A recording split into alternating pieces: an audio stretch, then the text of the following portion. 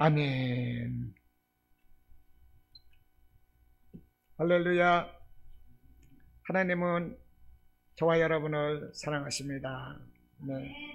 하나님은 사랑하시는 자는 마스크 쓰겠습니다. 네.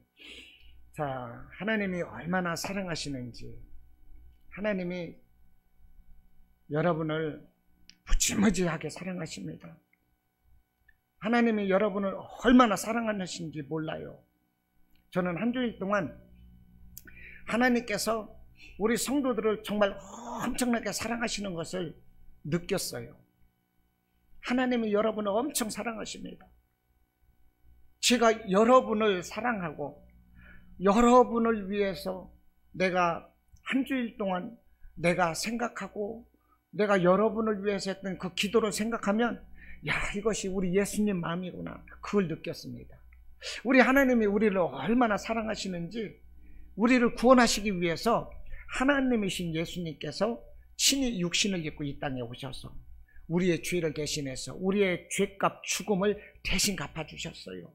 하나님이신데, 부족할 것이 없으신데, 그 하나님 자체로 우주 만물을 다스리면서 얼마든지 영광을 받으실 수가 있는데, 그 하나님께서 우리가 죄 가운데 고통함으로 인하여 우리를 긍휼히 여겨주시는 거예요. 그래서 우리 예수님께서 이 땅에 오시지 않더라도 매년 번제를 드리고 하나님께 제사를 드림으로 인하여 구원받을 길도 사실은 있어요. 다윗이라든지 아브라함이라든지 모든 사람들은 다 그렇게 구원을 받았던 것입니다. 그렇게 구원을 받았는데 그 불편함, 그 불완전한 그것에서 우리를 더 완전하게 구원해 주시려고 예수님이 이 땅에 오셨다니까요. 우리를 위해서 십자가를 지신 거예요. 얼마나 아프셨을까요?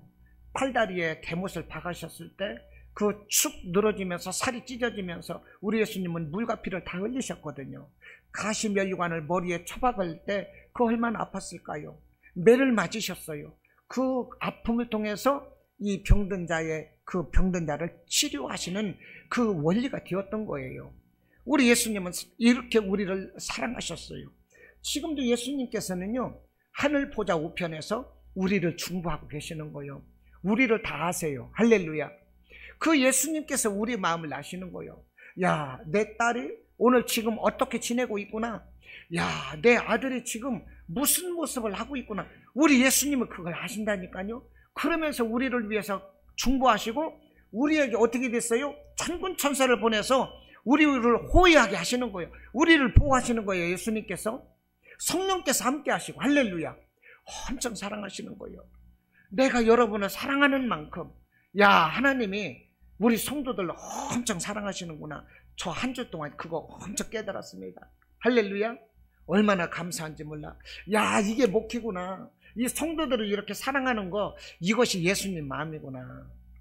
예수님 마음이구나. 우리 예수님이 그래서 십자가를 지셨구나. 그것을 제가 느꼈어요. 정말 느꼈어. 우리 성도들을 위해서 정말로 자다가 내가 잠이 깨고 밥을 먹다가 내가 밥을 못 먹었어. 목이 메어서. 우리 성도들 한 사람 한 사람은 생각을 할 때 제 한 주가 그랬다니까요, 여러분. 그러면서 제가 기도 때마다 여러분을 생각하면 얼마나 감사한지 몰라요. 여러분을 위해서 기도할 수 있다는 것이, 할렐루야, 너무 기쁘고 감사했어요. 아, 이것이 하나님의 마음이구나. 하나님의 마음이구나. 우리 예수님이 저와 여러분을 엄청 사랑하시는구나. 그러니 저와 여러분은 정말로 축복받았습니다. 할렐루야. 엄청 축복받았어요. 지금 이제 바람이 살랑살랑 불고요. 우리 신세영 성도님은 가만히 보니까 시적인 것이 있어. 시적인 부분이 있어. 우리 김 집사님도 시인이신데 들풀 하나도 꺾여지는 것이 마음 아파하시는 분. 그것을 이무리로 꺾지 않으려고 그래요. 풀꽃 하나도, 꽃잎파리 하나도 진짜 소중히 여기시는 그런 감성 가지셨는데, 아, 우리 성도님도 그러시더라고. 예. 하늘을 보세요. 성도님들 하늘을 보세요. 얼마나 아름다운지 하늘을 보세요. 이게 얼마나 아름다운 마음이냐고요. 마치 캔디 같잖아요. 외로워도 슬퍼도 나는 안 울어. 캔디가 늘 그랬잖아요. 제가 옛날에 아침에 일찍 일어나서 캔디 영화를 엄청 봤습니다. 할렐루야. 우리 그렇게 밝게 살기를 바랍니다. 어려움이 있어도 외로워도 슬퍼도 나는 안 울어. 왜? 우리 주님이 계시기 때문에. 우리 안수 집사님이 멋있는 저기 풍경을 올려줬어요. 그 가을 바람인가 억새풀에다가 그러면서 움직이지도 않는데 가을이 왔다고 하셨나요? 그런 게 움직였어요. 누가 움직이지도 않는데 가을이 왔다는 그런 메시지였던 것 같아요. 그런데 그걸 움직인 사람이 있어. 우리 주님께서 가을이 되게 하신 거예요. 우리 주님께서. 사람들은 이거 우리 주님께 감사할 줄 모르고 어떻게 해요? 막 산으로 바다로 야 짱이다, 진짜 놀러가기 짱이다 그러면서 나간다니까. 그런데 그 사람들은 축복이 없어요. 지금 잠시는 기쁘다고 할지 모르지만 그 사람들 눈을 감는 그 순간에 어떻게 되겠어요? 아 뜨거 하는 거예요. 그 사람들은 야 시원한 가을바람 산으로 바다로 가자. 그렇지만 죽으면 아 뜨거워 하는 거예요. 아 뜨거워 뭔지 알죠?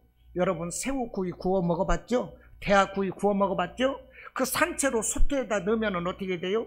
불을 지필 때 바닥바닥바닥 끼잖아. 아이고 나 죽네 아이고 나 죽네. 그러다 빨갛게 익어가는 거예요. 그게 지옥의 모습인 것입니다. 그게 지옥의 모습인 거예요. 할렐루야. 하나님은 여러분을 사랑하세요. 할렐루야. 오늘 말씀의 제목이 뭡니까? 주보에 뭐라고 되어 있어요? 주보에 12기둥을 세우라. 할렐루야. 여러분 12기둥은 뭐냐면 성경 약속의 기초이며 약속의 완성. 이것이 뭐냐? 12기둥이라고 볼 수가 있어요. 성경은 무엇을 말씀을 하느냐면 확대되는 축복인 것입니다. 할렐루야. 머무는 것이 아니라 확대되는 축복. 예수님께서도 복을 주실 때 어떻게 주셨습니까? 30배, 60배, 1000배. 할렐루야. 30배, 60배, 1000배, 만배로. 이것이 확대되는 축복인 거예요. 할렐루야. 사도행전 1장 8절에서도 뭐라고 그랬어요? 너희가 성령을 받으면 예루살렘과 온 유대와 사마리아와 땅 끝까지. 할렐루야. 이것이 확대의 역사인 것입니다. 할렐루야. 여러분 우리가 이렇게 하나님 은혜를 받고 성령의 사람이 되면 우리는 확대되는 역사를 사는 거예요. 우리의 영향력이 예루살렘 이 한 지역에 국한될 것이 아니라 나의 가정에 국한될 것이 아니라 온 유대. 이것은 무엇입니까? 더 넓은 지역으로 온 유대 또 온 유대와 사마리아와 땅 끝까지. 여러분 나의 영역이 하나님 은혜 가운데서 이렇게 확대되어야 하는 거예요. 할렐루야. 놀라운 축복이 아닐 수가 없는 것입니다. 예수님 말씀하신 대로 30배, 60배, 100배 날마다 감사가 있고 기쁨이 있고 평화가 있고 하나님 은혜 안에서 우리 주님이 축복하심으로 인하여 응답받고 날마다 이런 확대되는 하나님의 은혜가 확대되는 이런 역사가 있어야 되는 거예요. 할렐루야. 너무나도 감사한 것입니다. 너무나도 감사해요. 이런데 이 하나님의 확대되는 역사가 어떻게 이루어지느냐? 12기둥을 통해서 보십시오. 하나님께서 사람을 누구로 만들었어요? 하나님의 형상으로 만들고 믿음의 조상하면 이제 아담이 있고 그 다음에 노아가 있고 그 다음에 아브라함이에요. 근데 보통 이제 믿음의 조상이라면 아브라함과 이삭과 야곱을 이렇게 우리가 이제 꼽습니다. 그런데 사람은 하나님의 형상으로 만들고 믿음의 조상인 아브라함을 부를 때 하나님께서 뭐라고 하셨느냐? 오늘 12장 3절에서 복이 되게 하겠다. 땅의 모든 족속이 너로 말미암아 복을 얻게 할 것이다. 2절에서 네 이름을 창대하게 할 것이다. 막 이런 복을 주셨어요. 그런데 정작 이때 아브라함은 자손이 있었습니까? 없었습니까? 없었어요. 아니 자손도 없는 75세기 노인한테 하나님이 이런 말씀을 하면 하나님은 그냥 뻥쟁이 되는 거지. 헛소리 하는 거지. 근데 그게 아니잖아요. 이런 축복을 주시면서 창세기 15장 5절에서는 하늘의 별과 같이, 그 이후로 가면서 하늘의 별과 같이, 바다의 해변의 모래알과 같이, 그리고 이삭에게도 하늘의 별과 같이 땅의 티끌과 같이 너의 자손을 주시라고 한 거요. 그런데 하나님께서요 아브라함에게 자손을 몇 명 주셨을까요? 하나님이 약속하신 자녀는 이삭 한 사람인 거예요. 그 이삭에게도 너의 아버지에게 약속하셨던 것처럼 너의 후손을 하늘의 별과 같이 땅의 티끌과 같이 주시겠다고 하셨는데 누구를 줬느냐? 단 한 사람 야곱밖에 안 주셨어요. 물론 야곱의 쌍둥이니까 에서가 있지만 에서는 세상 사람인 거고요. 야곱 한 사람을 주셨어요. 그런데 야곱 때 가서 누가 납니까? 12아들이 나는 거예요. 이 12아들이 어떻게 되느냐? 이제 12아들이 이 약속의 기초가 되는 것입니다. 이 12아들이 태어나서 이스라엘의 12지파가 되는 거예요. 아시겠어요? 그러니까 이 12기둥이라는 것은 약속의 기초이고 완성이 되는 거예요. 이 아브라함 때 그렇게 약속을 했는데 한 사람도 없고, 이삭 때 약속했는데 한 사람도 없고, 야곱 때 가서 어떻게 됐어요? 12아들을 주었어요. 이 12아들이 가족이 번성을 해서 이제 하나님의 그 약속 따라서 애굽으로 들어가서 400년을 살 때에 몇 명이 들어갔느냐? 70명이 들어가는 것입니다. 70명이 들어가요. 그리고 애굽에서 430년 있다가 나올 때 장정만 60만이 나와요. 여자들, 할머니, 할아버지, 자녀들까지 하면 수백만이 나오는 거예요. 그런데 보십시오. 야곱의 아들이 12명이 태어났고 12지파가 되었어요. 그리고 70인이 애굽에 들어갔죠. 근데 신약에서도 똑같아요. 신약은 예수님 때부터거든. 근데 예수님은 제자가 몇 명이에요? 12제자. 12제자인데 누가복음에서 보면 70제자 있어요, 없어요? 그 똑같은 거야, 이게. 똑같은 거야. 구약에서 12아들을 줘서 12지파가 되게 하셨는데 그들이 하나님의 약속에 따라서, 예언에 따라서 애굽에 갈 때 70인이 들어갔거든. 신약에 와서 예수님이 12제자를 뽑았어요. 그리고 70제자가 있는 거예요. 할렐루야. 이와 같이 확대의 역사. 그러니까 12기둥이라는 건 뭐냐? 약속의 기초인 것이고 약속의 완성도 12이라는 것입니다. 그래서 마태복음 19장 28절에서 예수님이 이렇게 말씀을 하십니다. 나를 따르는 너희도 12보좌에 앉아 이스라엘 12지파를 심판하리라.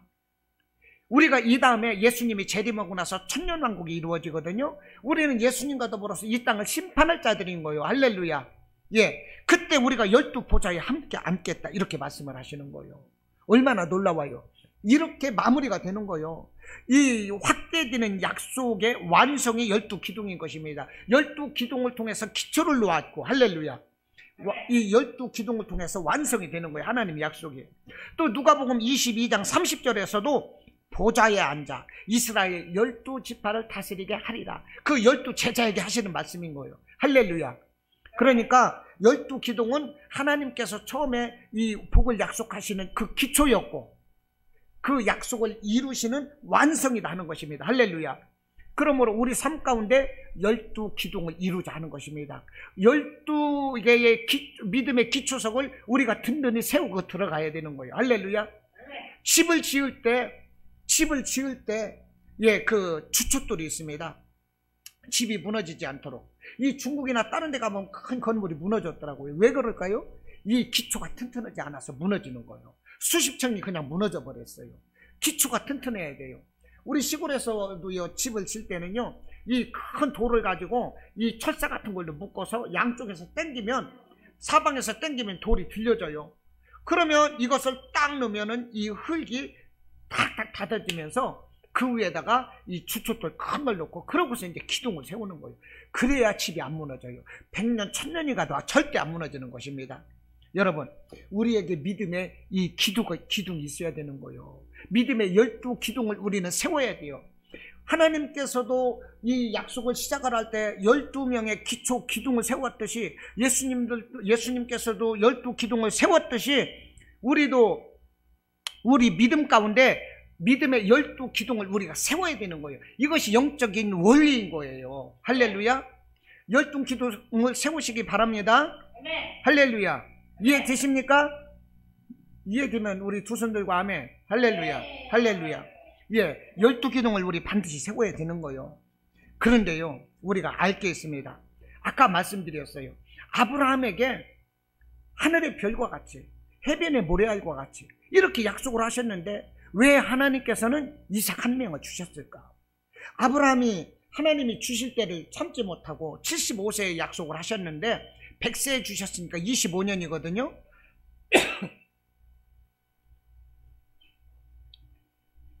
약속하신 아들 주시기까지 25년이 걸렸어요. 그러니까 25년이면 굉장히 긴 세월이죠. 갑갑한 거죠. 기다리다 못해서 그 첩을 데리고서 자녀를 낳아서 자기 후계자를 삼으려고 하니까 하나님이 뭐라고 하십니까? 내쫓아라는 거예요. 내가 약속한 자손 아니다 이 말이야. 내가 약속한 자손이 아니거든. 하갈을 통해서 첩을 통해서 난 이스마엘 내쫓아라. 내가 약속한 그가 너의 후손이 될 것이다. 그래서 아브라함은 눈물을 머금고 자기의 첩에게서 난 이스마엘, 눈에도 넣지 않은 얼마나 이쁜 아들이겠어. 본부인에게서 낳은 아들도 이쁘지만 첩에서 낳은 아들은 어때요? 얼마나 여우짓 됐으면 첩을 얻었겠어? 그런데 그 첩에게서 아들이 낳았으니, 아들 없는 상황에서 아들을 낳았으니 눈에도 안 아프잖아요. 근데 하나님께서 야 그거 버려. 너 왜 믿음 없는 짓 해? 왜 너 시키지 않는 짓 해? 왜 불신앙이야? 버려. 이렇게 말씀을 하시니까 눈물을 머금고 아브라함이 그 첩도 이스마엘 그 아들도 다 버리는 거예요. 우리는 하나님께서 말씀하신 것만 믿고 그걸 가져가야 되는 거예요. 할렐루야. 그렇게 해서 25년에 이삭 하나가 나오는 거예요. 하나님이 하셔도 너무 하시지. 좀 일찍 좀 주시지. 왜 이렇게 25년 만에 주셨을까? 그런데 이렇게 장단이 마셔야 뭐 장사도 되는 거예요, 이게. 예. 그런데 보십시오. 이제 이삭이 태어났어요. 이삭이 태어났는데 이삭에게도 20년 동안 자녀를 안 주는 거예요. 하나님이 하셔도 너무한 거지. 그래서 20년 동안 자식을 달라고 자기 부인 리브가와 나와서 리브가와 더불어 하나님께 기도를 했더니 그때 야곱 하나를 주시는 거예요. 믿음의 아들. 하나님이 너무하신 거지. 그러고서 야곱 때 가서 비로소 12아들이 태어나는 거예요. 하늘의 별과 같이 바다의 모래알과 같이 주시겠다 했던 하나님의 약속이 어떻게 보면 너무나도 틀린 것 같아. 막 뻥친 것 같아. 그렇지만 그럴 만한 이유가 있었던 거예요. 하나님은요, 사람을 누구의 형상? 하나님의 형상.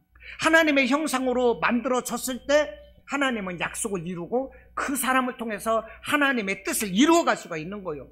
그런데 사람 되지 않은 걸 가지고서 하나님의 뜻을 이루어갈 수 있습니까? 안 되는 거죠. 제가 먼저쯤과 그 먼저쯤과 탕자의 비유 말씀을 드렸죠.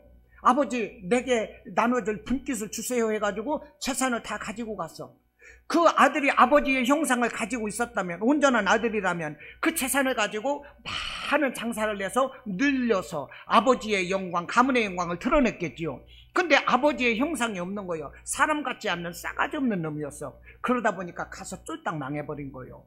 똑같은 거예요. 하나님은 아브라함에게 약속하셨고 이삭에게 약속하셨지만 하나님의 형상이 들어가 있지 않고 싸가지 없는 인간이라면 하나님께서 뜻을 이룰 수가 없는 거예요. 그렇게 되면 노아 때와 같이 또 세상을 심판할 수밖에 없는 거예요. 이해가 되십니까? 그렇기 때문에 하나님께서는 아브라함을 연단하고 이삭을 연단하고 그러면서 하나씩을 주시는 거예요. 이 연단하고 해서 이제 됐다 싶을 때 야곱에 가서 12명의 확대의 역사가 일어나는 거예요. 할렐루야. 그러니까 12명의 확대는 언제 일어났어요? 하나님의 형상을 위해서 연단 받았을 때 확대의 역사가 일어난 것을 여러분들 깨달으시기 바랍니다.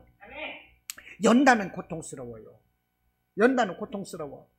그러나 연단을 받아야 우리가 온전한 사람이 되고 강한 사람이 되고 쓸모있는 사람이 되는 거예요. 제가 옛날에 이 연소재지에서 학교를 다녔는데 대장간이 있었어요. 대장간. 이 대장장에는요 힘이 셌습니다. 힘이 셌어요. 힘이 세가지고요 옛날에 그 한복처럼 그런 걸 입은 대장장이었는데요. 이 플룻불이 이렇게 있고 그 플룻불을 이렇게 막 펌프질을 해가지고 이 펌프질을 하면은 이 플룻불 속에 바람이 들어가니까 빨간 불이 일어납니다. 그러면 그 위에다가 쇠붙이 같은 거 집어넣는 거야. 쇠스랑도 집어넣고 낫도 집어넣고 도끼도 집어넣고 그러면 그것이 빨갛게 불이 달구거든요. 그러면 불집게를 가지고서 그걸 딱 집어서 꺼내가지고 망치로 두들겨 패는 거예요. 그러면 쇠붙이 입장에서 불 속에서 집어넣을 때 뜨거 그러지 않겠어요? 뜨거 그럴 때 그놈을 꺼내가지고 패면은 얼마나 아프다고 그러겠어. 나중내 소리가 나오는 거야. 쇠 입장에서는 아니 왜 이렇게 이 쇠를 가지고 막 불에다 치지고 때리는 거야 해도 너무한 거 아니야. 쇠 입장에서는 그럴 거 아니야. 인격이 있다고 보면. 그러면 그렇게 불 댕겨서 두들겨 패가지고요 불 속에 집어넣으면 치익 하면서 그 얼마나 쇠 입장에서 힘들었겠어. 그러면 그것을 또 불 속에 넣어가지고 불이 댕기면은 그걸 꺼내가지고 또 두들겨 패는 거야. 또 물속에 집어넣는 거야. 그러면서 그 쇠가 어떻게 되느냐? 무르고 연했던 그 쇠가 단단해지는 거예요. 그렇게 연단이 없으면 낫으로 쓸 수도 없어요. 도끼로 쓸 수도 없어. 강한 쇠로 쓸 수가 없는 거예요. 한번 팍 찍으면 입이 떨어져 나가고 무뎌지는 거예요. 그렇기 때문에 강하게 하기 위해서 이 플랫불 속에 연단이 있는 거예요. 하나님은요, 아브라함을 이렇게 연단시킨 거예요. 자식 하나를 통해서 25년 만에. 할렐루야. 이삭을 통해서 20년 동안 기도하게 하고 한 사람의 아들을 주시는 거예요. 이렇게 연단을 했을 때 어떻게 돼요? 하나님의 형상으로 태어나는 거예요. 그런 다음에 12아들이 생기고 70의 역사가 일어나고, 할렐루야, 60만이 나오고, 이런 확대의 역사가 일어나는 거예요. 여러분, 나를 보세요. 여러분들 확대의 역사가 일어나길 원하십니까? 그러려면 하나님의 형상으로 내가 먼저 만들어줘야 돼요. 할렐루야. 아, 도대체 하나님 안 계신 건지, 왜 내 기도도 안 들어주시는 거야 도대체. 아니, 남들은, 어떤 놈들은 참 잘 되는데 왜 이렇게 나만 구질구질하게 살지? 이럴 때 있잖아요. 내가 하나님의 형상이 안 돼서 그런 거예요. 내가 하나님의 형상이 안 되니까, 하나님 형상 만들려고 하나님께서는 때로는 나에게 막 귀신도 막 가서 역사할 수 있도록 하나님이 허용하시는 거야. 야, 너 저것 좀 괴로움 줘가지고 정신 차리고 하나님께 돌아오게 해라. 야, 물질도 막 뺏어버려. 건강도 막 쳐버려. 자식도 쳐버려. 이렇게 매를 맞기 전에 하나님 말씀에 아멘하고 돌아서고 순종하는 것이 얼마나 큰 축복인 것입니까? 할렐루야. 그리고요, 내가 고난받는다고 그래서 저주가 아니라는 것을 깨달으시기 바랍니다. 할렐루야. 내가 고난받는다고 그래서 저주가 아니요. 욥은 고난받고 나서 하나님이 어떻게 했어요? 갑절의 축복으로 보상해 줬어요. 여러분, 아브라함은 몇 년 고난받았나요? 25년. 이삭은 몇 년? 자식을 낳기까지 20년 동안. 할렐루야. 야곱은 몇 세요? 130인가요? 그러면서 내가 험악한 인생을 살았다는 거예요. 다윗은 몇 년, 다윗 왕은 몇 년 연단 받았을까요? 약 13년. 할렐루야. 요셉도 그렇게 연단을 받았어. 모세는 40년 연단 받았어. 이렇게 수십 년간 그 사람들이 연단 받았을 때 그 사람들이 실패자입니까? 아닌 거요. 하나님께서 쓰시려고 그렇게 막 연단을 하시는 거예요. 그러니까 여러분, 저와 여러분에게 때로는 고통이 있을지라도, 하나님 다 너무나 힘들어요. 그럴지라도 하나님이 나를 사랑하시는구나. 할렐루야. 내게 이렇게 고난을 주시고 어려움을 주시는 것이 나를 만드시려고, 하나님의 진짜 제자를 만들려고, 나를 사용하시려고, 나를 축복하시려고, 내게 그런 사람이 되도록 내가 기도하게 하려고 하나님께서 나를 이렇게 연단하시는 거예요. 그러므로 문제 앞에서 저주하고 불신앙적인 부정적인 말을 하는 것이 아니라 우리는 긍정적인 말, 하나님 감사합니다. 나를 사랑해 주셔서 감사합니다. 나를 연단해 주셔서 감사합니다. 내가 이렇게 연단받은 후에는 내가 순금같이 나오게 되는 것을 나는 믿습니다. 이것은 성경 말씀인 거예요. 할렐루야. 이와 같은 믿음의 사람들이 되시기를 주님의 이름으로 축복합니다. 할렐루야. 아멘. 자, 그런데 이제 우리가 또 이 축복받는 것만 좋아하면 안 돼. 어떻게 축복받아야 되나? 하나님의 형상을 이루어야 된다고 그랬죠. 자, 아브라함을 보겠습니다. 아브라함에게 뭐라고 하시느냐? 12장 1절에서 이렇게 말씀을 하시잖아요. 여호와께서 아브라함에게 이르시되 너는 너의 고향과 친척과 아버지의 집을 떠나 내가 네게 보여줄 땅으로 가라 그랬어요. 보십시오. 먼저 무엇을 떠나라고 그랬어요? 너의 고향을 떠나래요. 고향. 이 75년 동안 이 고향에서 살았어요. 아버지 때부터, 옛날부터. 그 고향을 떠나라면 이게 말이 돼요? 오늘은 전화라도 있으니까 가서 수시로 안부도 전하고 보고 싶으면 영상통화도 하고 그럴 수 있지만 옛날에는 그것도 없잖아요.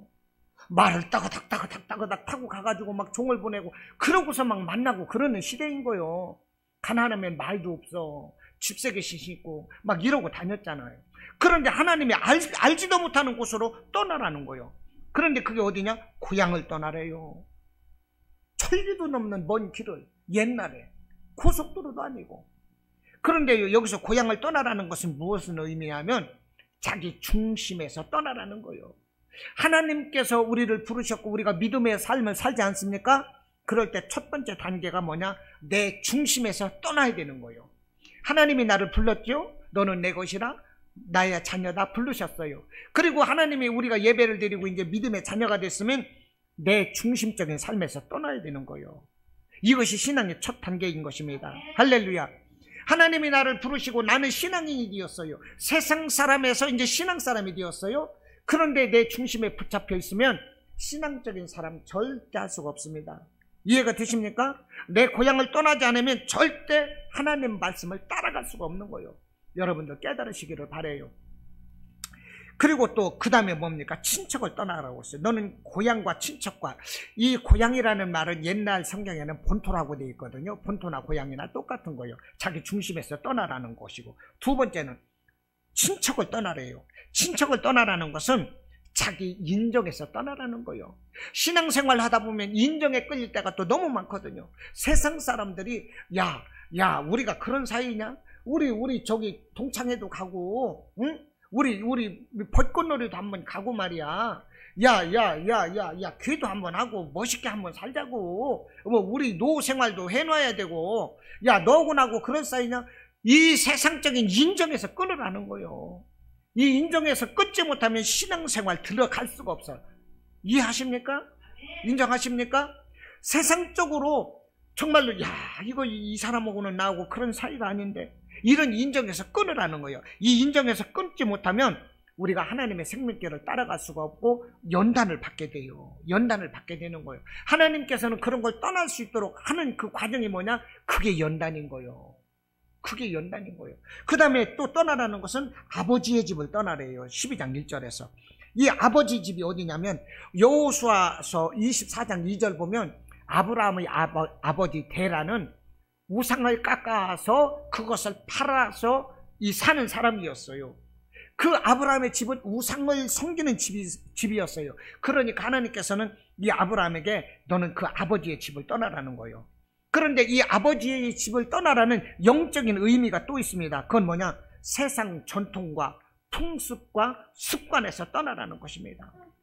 세상 전통, 풍습, 습관, 여기에서 떠나야 돼. 세상적으로 익숙해져 있고 내가 그런 것 가운데서 살았던 그 모든 문화, 이런 것에서 떠나야 되는 거예요. 내가 그동안 어떻게 살았든지 간에 그거 중요하지 않아요. 다 버려야 되는 거예요. 내가 억만금을 가지고 있어도 말씀의 신앙생활에 위배가 된다면 그걸 버려야 되는 것입니다. 할렐루야. 내가 있는 세상 권세나 돈이나 명예, 세상 영광, 이런 것을 버려야 되는 거예요. 사도 바울은 뭐라고 그랬어요?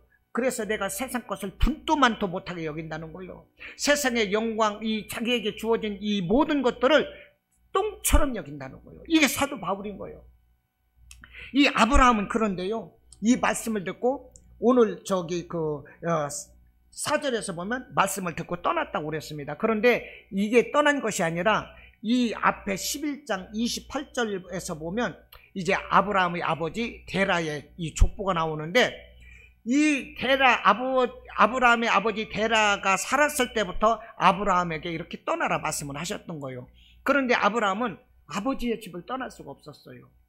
인정이 끌려서 내가 아버지를 어떻게 떠나냐고. 아브라함이 보면 큰아들인데 11장 31절 보면 데라가 29절에 보면 아브라함과 나흘이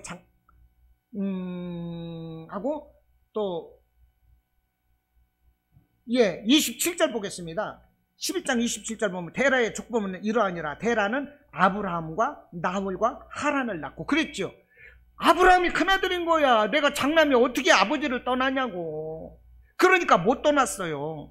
못 떠나다 보니까 하나님께서 어떻게 되느냐, 이 하나님께서 지시하는 땅으로 오다가 하란까지 와가지고 더 이상 이 아버지 집을 떠나지 못하니까, 아브라함이 떠나지 못하니까 하나님이 그냥 아버지 데라를 데려가시는 거예요.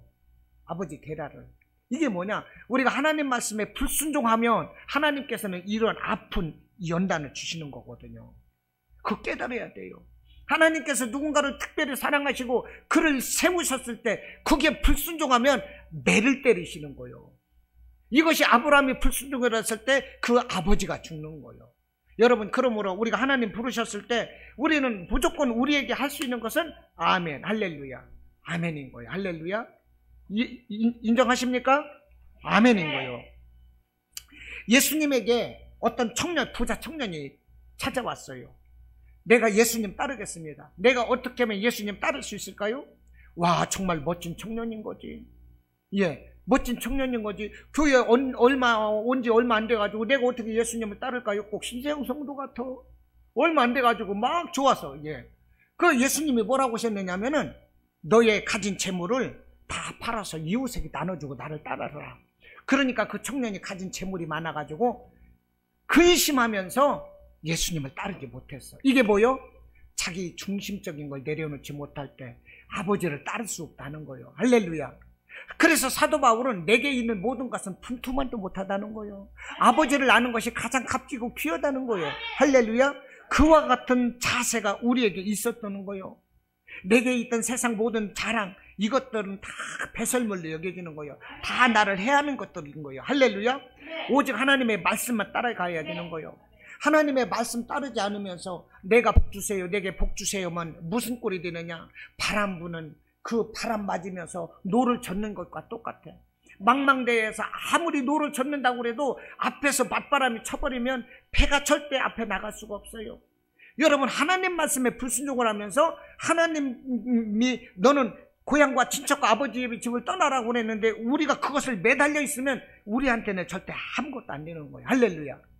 그런데 이제 아브라함은 결국 어떻게 돼요? 떠나게 되는 거예요. 떠나면서 이삭을 낳고 야곱을 낳고 12지파 기둥이 세워지는 이런 기적의 역사가 일어나는 것입니다. 할렐루야. 또 그러면 또 믿음의 조상 아브라함, 이삭이 있죠. 이삭을 한번 봐보겠습니다. 하나님은 아브라함을 통해서 하나님의 형상을 드러내시는 것이고, 이삭을 통해서 하나님의 형상을 드러내시고, 야곱의 하나님을 통해서 하나님의 형상을 드러내시는 거예요. 그래서 성경에서는 한결같이 아브라함의 하나님, 이삭의 하나님, 야곱의 하나님 이렇게 말씀을 하시는 것입니다. 할렐루야. 예. 그런 거예요. 자, 그렇기 때문에 이삭의 하나님을 또 우리가 살펴봐야 되겠지. 이삭은 어떻게 되느냐면 창세기 22장에서 하나님이 아브라함을 이제 사랑하고 하는 것을 알면서 하나님이 아브라함을 시험해 보기 위해서 아브라함아 너의 아들 이삭을 모리아산에서 번제물로 하나님께 드리라 그랬어요. 모리아산이 어디냐면 예루살렘 성전이 되는 것이고, 그 예루살렘 성전 뒤 언덕에서 예수님은 십자가에서 죽으시는 거야. 이제 그게 모리아산인 거예요. 이 영적인 맥이 착착착 흘러가는 거죠. 이 모리아산에서 번제를 드리라고 그러는데, 아니 100살 먹어서 75살에 아들을 주겠다고 해서 100살의 아들을 주었는데, 그 이전에 이스마엘도 낳았는데 내쫓으라고 해서 내쫓이고 이삭 하나만을 바라고 사는데, 그 이삭을 모리아산에서 바치라고 하면 나 같으면 못해요. 그럴 것 같아. 그런데 아브라함은 어떻게 해야 되느냐, 자기 부인에게 말도 않고, 문제가 있으면 진짜 혼자 심사숙고할 필요가 있는 거예요. 자기 혼자 종들을 데리고 그 아들 이삭을 데리고 모리아산으로 오는 거예요. 모리아산으로 오는데 산 밑에 와가지고 그 종들을 너희들은 여기서 기다려라, 우리가 내려올 때까지 기다려라. 그리고 이삭 하나를 데리고 올라가는 거예요. 이삭은 물어요. 아버지, 번제에 쓸 불과 칼은 여기 있지만, 아니 번제에 쓸 양은 어디 있어요 아버지? 이렇게 물을 때 아브라함이 그 얼마나 참담했을까. 근데 아브라함이 뭐라고 하시는 줄 압니까? 하나님께 드릴 번제는 하나님이 친히 준비하시리라 그랬어요. 이게 뭐냐면 아브라함 입장에서는 야 너 잡아 죽일 거야 그 말 못하잖아요. 그러니까 둘러대는 거야. 하나님이 준비하시리라. 그러나 둘러댔을지라도 그것이 긍정적인 말이었습니까? 부정적인 말이었습니까? 긍정적인 거였어요. 여러분, 우리는 하나님 말씀은 항상 긍정적이어야 돼. 긍정적으로 우리가 선포하는 말은 그것이 예언이 되고 성취되는 거예요. 할렐루야. 이렇게 하나님이 준비하시리라 해가지고요, 그 아들을 데리고 가서 나무를 쌓아놓고 이제 불을 지피기 전에 그 아들을 나무 위에 올려놨어. 그 이삭은 적어도 17살 이상은 됐을 거야. 야, 아무래도 있잖아, 하나님이 너를 번제물로 드리래. 그러니까 너는 죽어줘야 될 것이다. 아브라함이 이렇게 얘기했을 거야. 난데없이 저기 장작개비 하나 들고서 뒤통수 쳐가지고 까무러쳐서 이 나무 위에 올려놓지는 않았을 것 같아. 야, 아무래도 너를 죽여야 된다. 하나님은 너를 번제로 바치란다. 네가 번제물이다. 그랬을 때 이삭은 아버지 망령 들었어요? 아니 해도 정도껏 해야지. 그러면서 아버지를 떠밀고 도망가면 이삭을 어떻게 잡겠어? 아버지는 120살 정도 된 꼬부랑 노인인데 어떻게 이삭을 잡겠어? 그런데 이삭은 예 알겠습니다, 나를 죽이세요, 나를 하나님께 번제로 드리세요. 그러면서 눈을 딱 감고 나무 위에서 누워 있었다니까. 이게 이삭의 제사인 거요. 그러니까 그 아들을 하나님께 바쳤던 아브라함도 훌륭하지만 아버지 말씀 따라서 하나님의 뜻을 이루기 위해서 그 번제단 위에서 스스로 누워서 나를 죽이세요, 나의 배를 가르고 내장을 끌어내고 깨끗하게 해서 우리 하나님께 바치세요. 이삭이 그랬다니까. 여러분 그렇게 할 수 있어요? 하나님은 그 이삭의 제사를 받은 거예요. 할렐루야. 하나님은 이삭을 기뻐하신 거예요.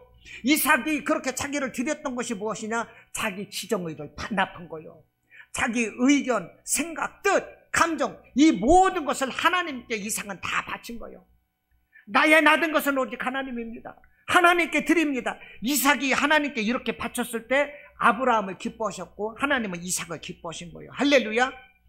이와 같은 이 모든 것을 통해서 하나님께서는 아브라함을 통해서 하나님의 형상을 이루셨고 이삭을 통해서 하나님의 형상을 이루셨고, 할렐루야, 그러셨던 거예요. 그러면서 이제 그 이삭을 통해서 누가 납니까?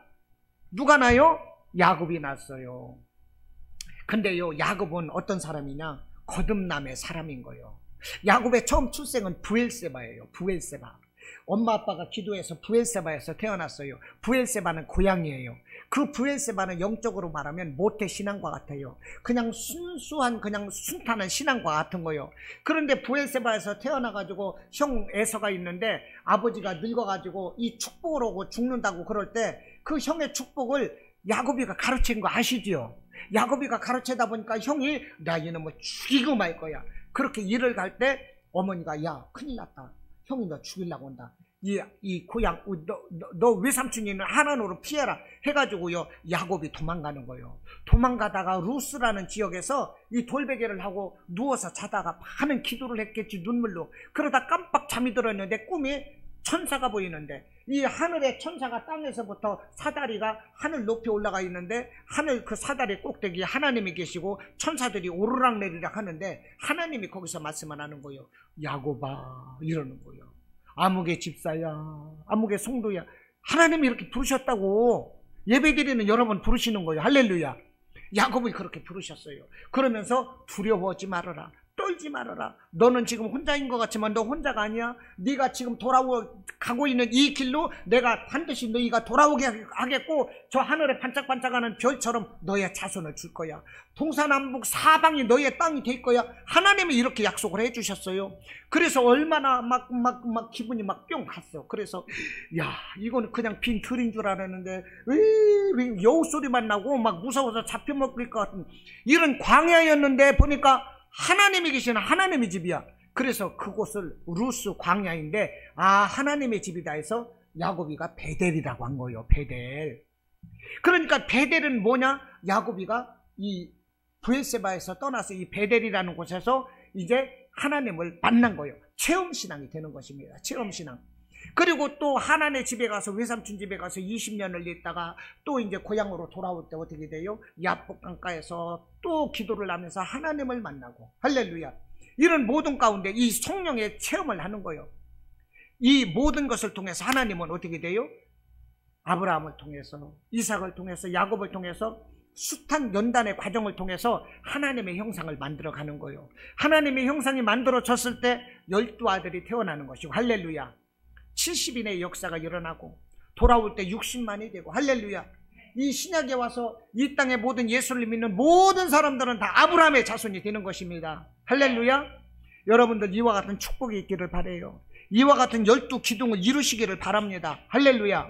우리에게 하나님의 형상이 이루어지면 아브라함에게 있었던 하나님, 이삭에게 있었던 하나님, 야곱에게 있었던 하나님, 그 하나님의 형상이 우리에게 이루어지면 우리는 놀라운 이 축복의 확대되는 역사가 또 일어나는 거예요. 신약에 와서 예루살렘과 온 유대와 사마리아 땅끝까지 확대되는 것처럼 30배, 60배, 100배의 확대가 이루어지는 것처럼 우리가 하나님의 형상만 되면 우리의 삶은 확대되는 역사가 있다는 거예요. 할렐루야. 이해되십니까? 할렐루야. 이해돼요? 자, 정리합니다. 그러므로 아브라함에게 주셨던 것, 아브라함을 통해서 우리는 성부 하나님을 배우게 돼요. 왜냐하면 떠나라 그랬거든요. 너는 떠나라. 아브라함에게 그랬잖아요. 창세기 12장 1절에서 고향과 친척과 아버지의 집을 떠나라. 이것은 무엇입니까? 분리하라는 거예요. 분리. 문화, 습관, 버릇, 세상 풍습 이런 거에서 분리하라, 잘라내라 이것입니다. 그런데 보십시오. 율법이 무엇입니까?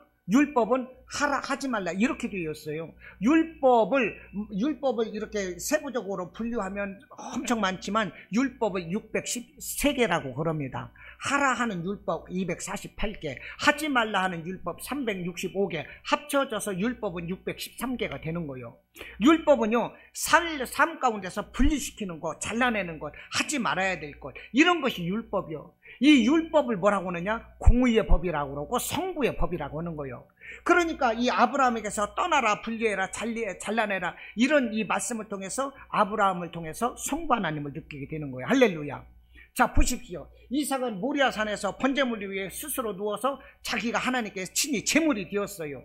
이것은 누구를 의미합니까? 예수님을 의미하는 거예요. 예수님은 하나님이시면서도 육신을 입고 이 땅에 오셔서 이 모든 인류를 위해서 자기를 제물로 하나님께 드리고 모든 자들을 하나님과 더불어서 화목하게 하셨거든요. 그러니까 이삭이 모리아산에서 자기 지정의를 내려놨던 것, 반납했던 것은 곧 예수 그리스도 성자 하나님을 의지한다는 것입니다. 그래서 이삭을 통해서 우리는 성자 하나님을 깨닫게 되는 거예요. 그리고 야곱은 부엘세바에서 태어났다가 또 베델로 와서 체험을 하고 야복강가에서 기도를 하면서 성령의 사람이 되고, 이게 뭡니까? 그래서 야곱을 통해서 우리가 또 성령 하나님을 배우게 된다는 것입니다. 이와 같은 모습을 우리에게 알기를 원하고 성경에서는 한결같이 아브라함의 하나님, 이삭의 하나님, 야곱의 하나님을 계속적으로 말씀을 하는 거예요. 할렐루야. 여러분 이제 깨달으셨어요? 이해되셨습니까? 할렐루야. 그러므로 여러분, 아브라함의 하나님, 이삭의 하나님, 야곱의 하나님은 구약에만 있는 것이 아니라 오늘날 우리가 꼭 배워야 될, 우리에게 있어서 아브라함의 하나님이 내게 와야 되고 이삭의 하나님이 내게 와야 되고 야곱의 하나님이 내 안에서 하나님의 형상으로 이루어져야 되는 거예요. 그러면 저와 여러분의 삶 가운데서 12 축복의 기둥은 세워지는 거예요. 할렐루야. 여러분을 도울 여러 가지 조건들이 12개가 세워지는 거예요. 12개라는 것은 완전수예요. 완전수. 할렐루야. 부족함 없는 완전수예요. 12개의 축복의 기둥을 세우는 거예요. 하나님의 형상이 이루어지면, 구약에서 12지파 70인이 예수님의 12제자와 70제자가 있었던 것처럼 여러분 하나님의 형상이 들어서면 여러분들에게 이와 같은 12개의 축복된 기둥이 세워지는 거예요. 여러분은 혼자가 아니라 사람들이 어디에선지 알지 못하도록 여러분을 도울 사람들이 생겨나는 것이고, 여러분들과 한 팀이 생겨나시고요, 여러분들은 알지 못하고 생각하지 못하고 뜻밖의 어떤 좋은 일들이 하나님으로부터 막 일어나는 거예요. 어떤 어려움이 있을지라도 그것을 이겨낼 수 있는 힘을 주시고 지혜를 주시고 하나님은 궁극적으로 우리를 승리하는 삶으로 이끌어 주신다는 것입니다. 할렐루야. 그러므로 하나님의 형상을 이루십시오. 아브라함이 내 안에 쏙 들어와야 돼요. 이삭이 쏙 들어와야 돼요. 야곱의 하나님이 내 안에 쏙 들어와야 되는 거예요. 그러면 우리는 12기둥의 축복된 삶을 사는 것입니다. 할렐루야. 여러분 소원하십니까? 예, 이와 같은 은혜와 축복이 있으시기를 주님의 이름으로 축원합니다. 아멘. 할렐루야. 우리 하나님께 영광 박수.